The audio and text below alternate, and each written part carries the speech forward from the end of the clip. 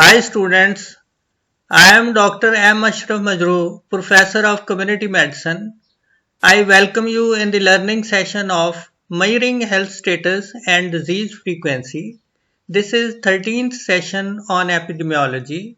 The agenda of this session include health status and health spectrum, health indicators, epidemiological and statistical measures, incidence proportion or cumulative incidence, incidence rate or incidence density, point prevalence and period prevalence, summary of epidemiological measures. Let's take the agenda points one by one. So, first we talk about the health status. The health status consists of two extremes. One is the attainment of full genetic potential and other is disability or death. And there is no demarcation between these two. It is a continuous spectrum, and the spectrum starts from the center.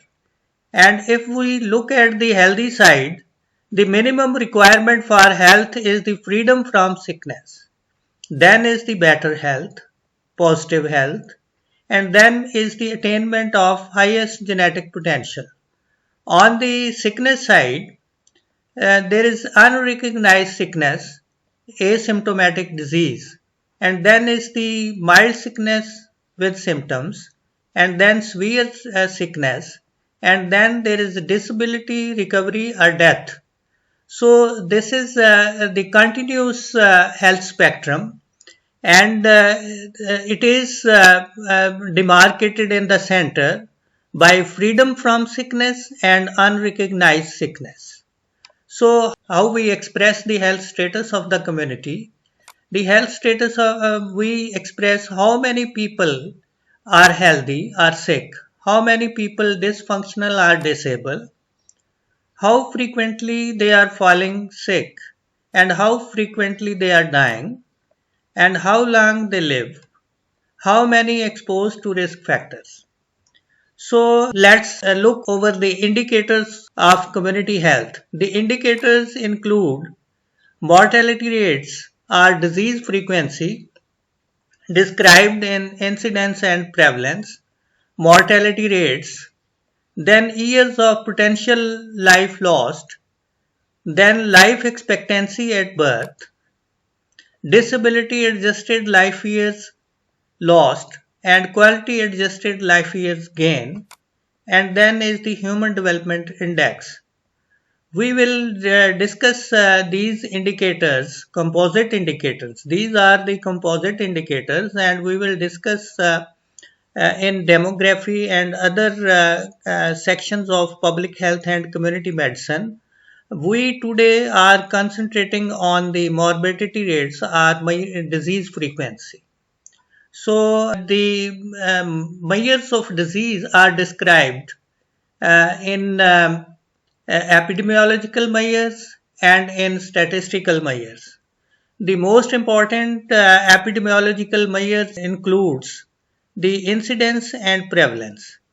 If we look at the incidence are generally divided into two categories, cumulative incidence and incidence rates. The synonyms of the cumulative incidence include incidence proportion, attack rates or risk, probability of disease. These are the synonyms. And in incidence rates, the percent time rate and incidence density, they are the synonyms. The prevalence is divided into two categories, point prevalence and period prevalence. The statistical measures include the qualitative summaries that include count, rates, ratio, and proportions. The quantitative summaries include mean, median, centiles, dispersions, and distributions. Then is the associations. They are measured in odds ratio, relative risk, correlations, regression, and other similar statistical measures. We will describe these statistical summaries in statistics, but we are today concentrating on the incidence and the prevalence. So incidence or proportion or cumulative incidence is formally defined number of new cases of disease occurring over a specified period of time in a population at risk at the beginning of the interval. So further, the incidence proportion are estimated using a period of time during which all the individuals in the population are considered to be at risk. It also called cumulative incidence. The incidence proportion or cumulative incidence are estimated by using numerators. A number of new cases of disease or vital event during specified period of time divided by total population at the start of the period multiplied by 10 raised power n constant, which is usually equal to 100,000, 10,000 and 100,000, etc. Then the assumption with the estimation of incidence include the observation on steady population start at the same time, the single common endpoint of the observation. The population at risk will remain unchanged during the study period. So with these assumptions, we can estimate the incidence proportion or cumulative incidence. Then the concept of population at risk. If we take the example of carcinoma of the cervix, if we take total population as population at risk, it may not be true because all the men, they don't have the cervix. And there is probability that the women, they have the cervix and they are at risk. But the question is that are all the women included in population at risk? The answer is no. There is a negligible probability of a risk in 0 to 25 years, and there is a negligible risk in 70 plus. So the population at risk is generally include 25 to 60 years of age women. That is the population at risk. So this segment of the population is taken as population at risk. So generally the total population is not appropriate population at risk and all women is not appropriate, and the population at risk is the women of 25 to 60 years. So this is the population at risk, which is the denominator. Usually it should be elaborated. Then we elaborate the estimation of incidence proportion by the example. In a study, diabetics, 100 of 189 diabetics men died during 13 years follow-up period, and we will estimate the incidence of death among these men. If we talk about the numerator, it is the 100 men, and denominator is 189 diabetic men, and the constant is taken as 100. And with this constant, 100 divided by 189 multiplied by 100, 52.2% is the incidence proportion or risk. The properties of incidence proportion include the incidence proportion is a measure of risk of disease or probability of developing the disease during specified period of time. As a measure of incidence, it includes only new cases of the disease in the numerator. The denominator is number of persons in the population at the start of observation period. Because all the persons with new cases of disease numerator are also represented in the denominator, so it is a sort of proportion. So it is it also fulfills the definition of proportion. So these are the properties of incidence proportion.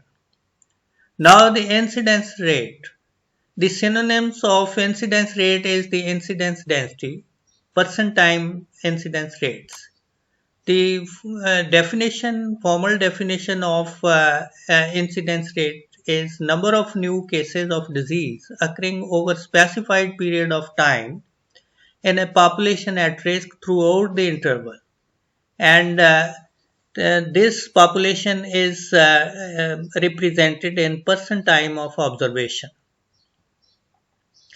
For estimation of incidence rate or incidence density, the numerator is number of new cases of disease or vital events during specified period of time divided by total person time of the observation multiplied by constant 10 raised power n, that is usually equal to 100, 1000, 10,000 and 100,000, etc.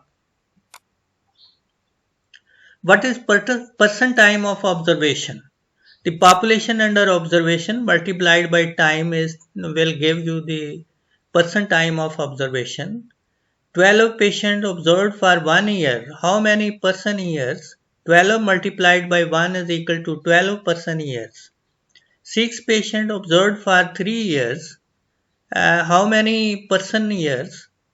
6 multiplied by 3, 18 person years.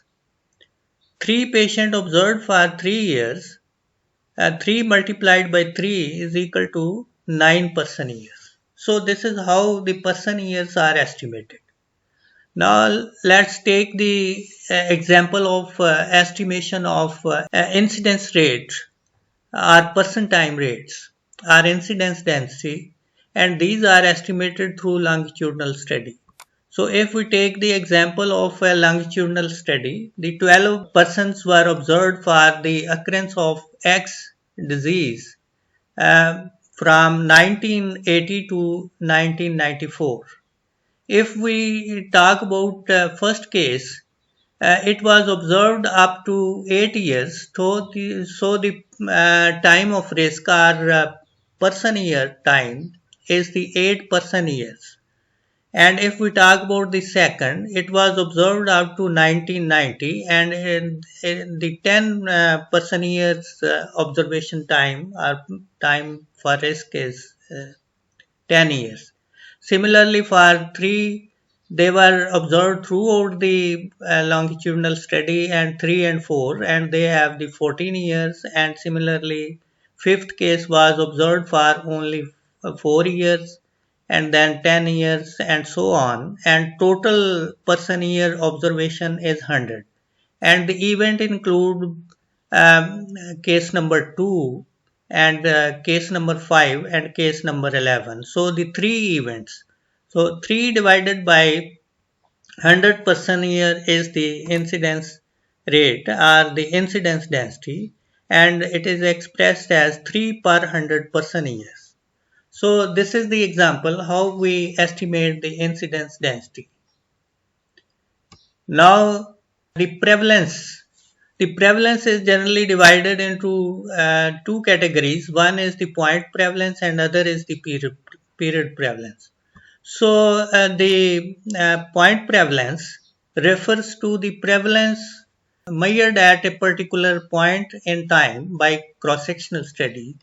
It is the proportion of the person with particular disease or attribute on a particular date. So for further elaboration, for point prevalence, the numerator is number of persons, people with disease or vital event at the given point of time, divided by total number of persons at risk at that point of time multiplied by constant 10 raised power n. Similarly, the period prevalence. Period prevalence refers to the prevalence measured over an interval of time by longitudinal study.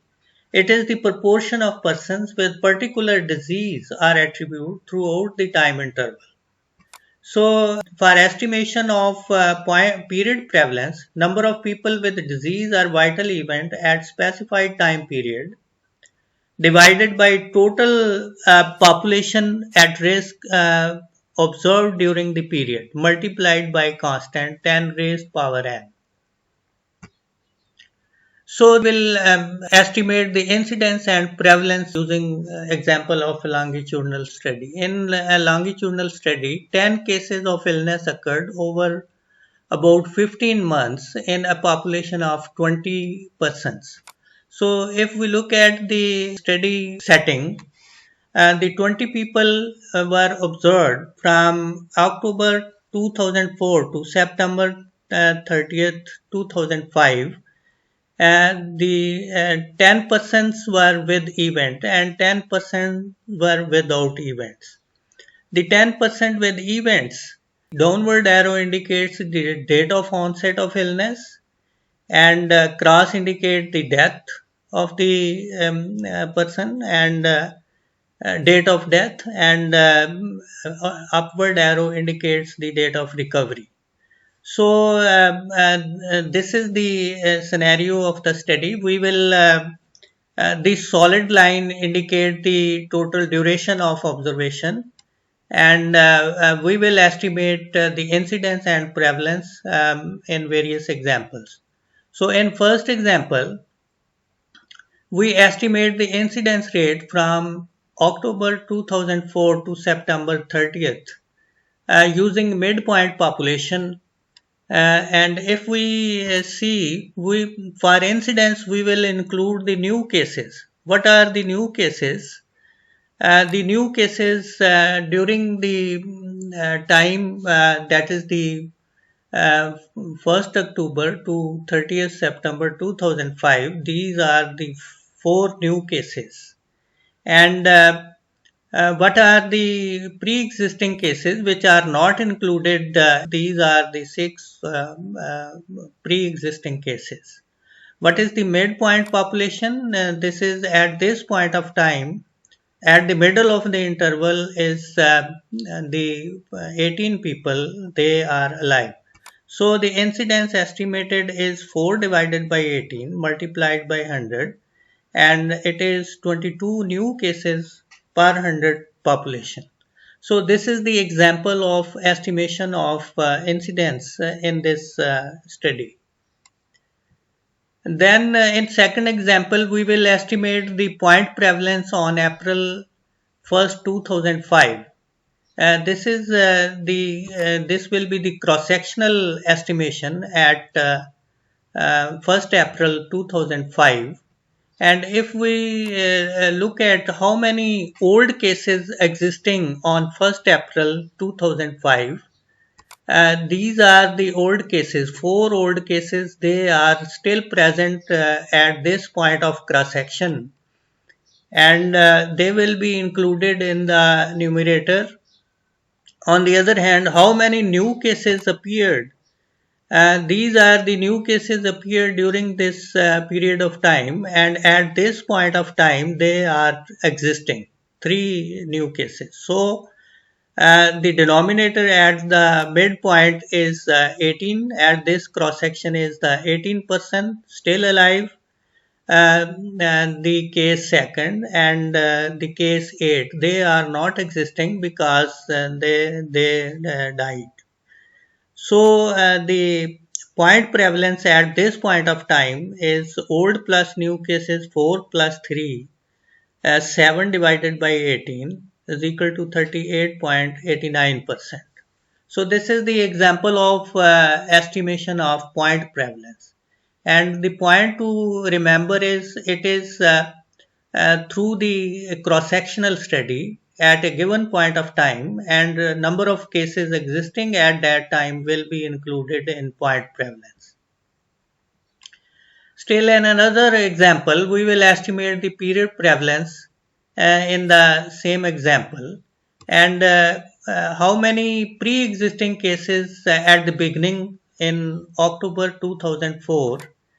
These are the 6 cases. How many new cases appeared throughout the time interval from October to 30th September 2005. These are the 4 new cases during this period, and the population under observation was the 20 people throughout the time interval, and period prevalence old plus new cases, that is 6 plus 4 divided by 20 multiplied by 100 is equal to 50% is the uh, period prevalence. So this indicates that during this time period there were 50% probability of having the disease or risk at that point of time. So this is the example of the estimation of period prevalence. Now the factor influencing the prevalence. The prevalence is increased in long duration if the disease is having long duration, increased in new cases or incidents, in migration of the cases, out migration of healthy population, in migration of susceptible people, and improved diagnostic facilities. All these factors, they will increase the prevalence at a given point of time. On the other hand, the prevalence will be decreased by short duration of disease, high case fatality rate, decreased new cases of incidence or incidents, in migration of healthy population, out migration of cases, and improved cure rates of the cases. So these are the factors influencing, these are the increasing factor and these are the decreasing factor. Now the summary of this session include these are the measures and these are numerators and these are the denominators. If we talk about the incidence proportion or attack rates, the numerator is number of new cases of disease during specified time interval. The denominator is population at the start of the interval. In secondary attack rate, number of new cases among the contacts in one incubation period, and the denominator is total number of contacts. In incidence rate or person time rate, number of new cases of disease during specified time interval, summed persons years of observation or average population during the time interval. Point prevalence, number of current cases, new and pre-existing at a specified point of time is the numerator. Population at the time at the same time, same specified point in time is the denominator. For period prevalence, number of existing cases, new and pre-existing over a specified period of time, population observed are examined during the period. So this is the summary of this session. Now we will continue with the statistics and we will introduce in next session the subject of statistics. Thank you for sparing your time.